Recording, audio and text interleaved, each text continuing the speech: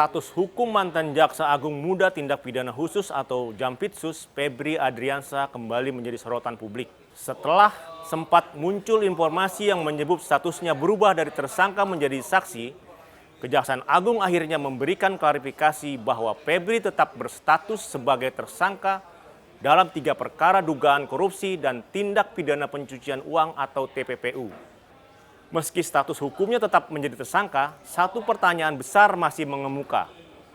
Mengapa hingga kini Kejaksaan Agung belum melakukan penahanan terhadap Febri Adriansyah? Kepala Pusat Penerangan Hukum Kejaksaan Agung, Anang Supriyatna menjelaskan, status tersangka Febri didasarkan pada 3 surat perintah penyidikan atau sprindik baru yang diterima dari penyidik Polri. Menurut Anang, seluruh sprindik tersebut secara tegas masih mencantumkan Febri Adriansyah sebagai tersangka. Dengan penjelasan itu, Kejaksaan Agung meluruskan informasi yang sempat berkembang mengenai perubahan status Febri. Artinya, secara hukum tidak ada perubahan, Febri tetap menjalani penyidikan sebagai tersangka. Namun, mengapa Febri belum ditahan? Menurut Anang, penyidik memiliki sejumlah pertimbangan sebelum mengambil langkah penahanan. Hingga saat ini, Kejaksaan Agung meyakini Febri tidak akan menghilangkan barang bukti maupun menghambat jalannya penyidikan. Selain itu, Febri juga dinilai akan bersikap kooperatif dan memenuhi setiap panggilan penyidik Kejaksaan Agung. Kejaksaan Agung juga memastikan bahwa Febri masih berada di Indonesia dan telah dicegah bepergian ke luar negeri oleh pihak imigrasi.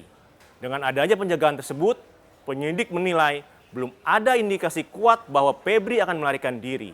Dalam hukum acara pidana di Indonesia, penahanan memang bukan langkah yang otomatis dilakukan setelah seseorang ditetapkan sebagai tersangka. Penyidik memiliki kewenangan apakah terdapat alasan objektif maupun subjektif yang mengharuskan dilakukannya penahanan. Seperti kekhawatiran tersangka melarikan diri, menghilangkan barang bukti, atau mengulang tindak pidana tersebut. Karena itu, meski belum ditahan, bukan berarti kemungkinan tersebut tertutup. Keputusan penahanan dapat dilakukan sewaktu-waktu apabila penyidik menilai syarat hukumnya telah terpenuhi.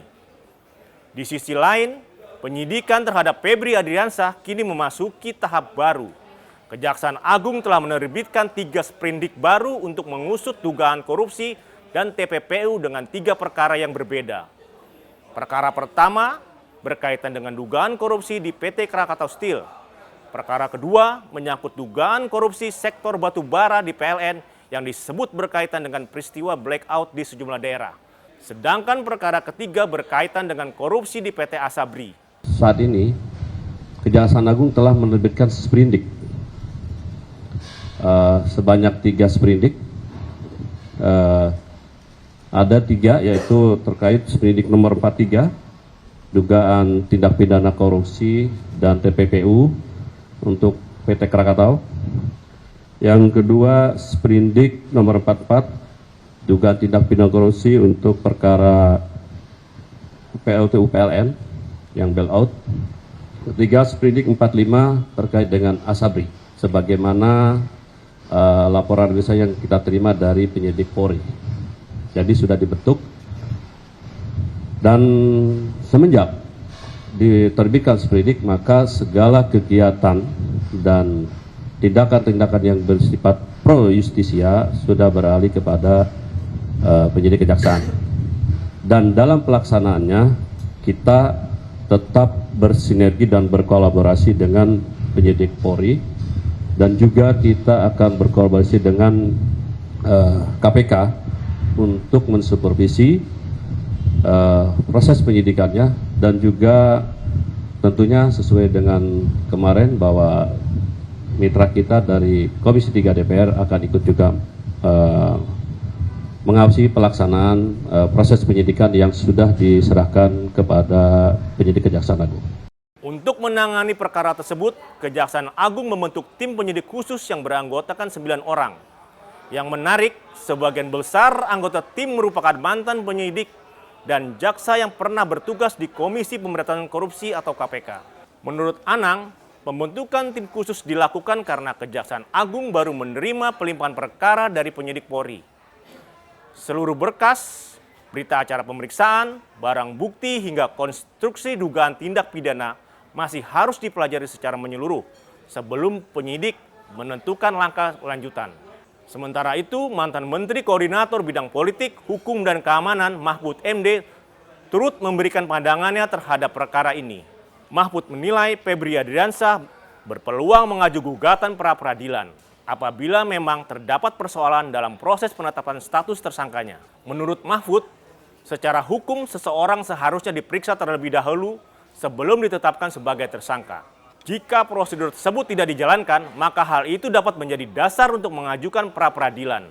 Mahfud juga menyoroti proses pelimpahan perkara dari pihak Polri ke Kejaksaan Agung, yang menurutnya dapat menjadi bahan perdebatan dari sisi hukum Aceh. 1. Dengan dialihkannya kasus yang tersangkanya belum diperiksa oleh penyidik Polri ini, maka tersangka Febri Adriansyah bisa mengajukan pra-peradilan dan mungkin saja menang karena dia dijadikan tersangka tanpa diperiksa lebih dulu, kemudian kasusnya dialihkan ke kejaksaan, bukan dilimpahkan. Kalau dilimpahkan itu secara hukum benar, tapi harus diperiksa dulu.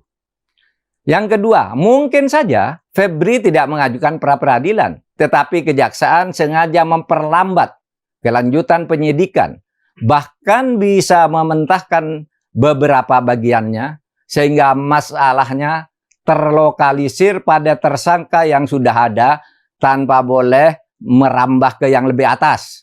Atau tanpa boleh merambah ke pelaku-pelaku lain yang mungkin juga ikut terlibat.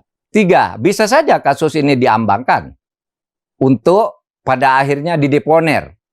Kalau ini terjadi, sungguh mengerikan.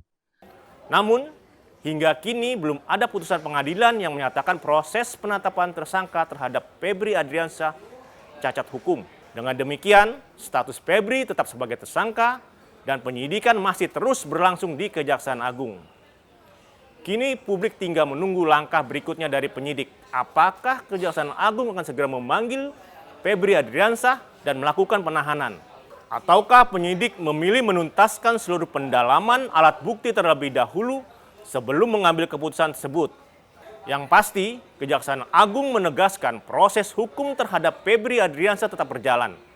Sementara tim penyidik khusus masih mendalami seluruh berkas dan alat bukti untuk menentukan langkah hukum berikutnya dalam penyidikan 3 perkara dugaan korupsi dan tindak pidana pencucian uang yang kini menjadi perhatian publik. Demikianlah headline anews.id, update berita-berita terkini di anews.id. Saya Surya Muhammad Said, sampai jumpa.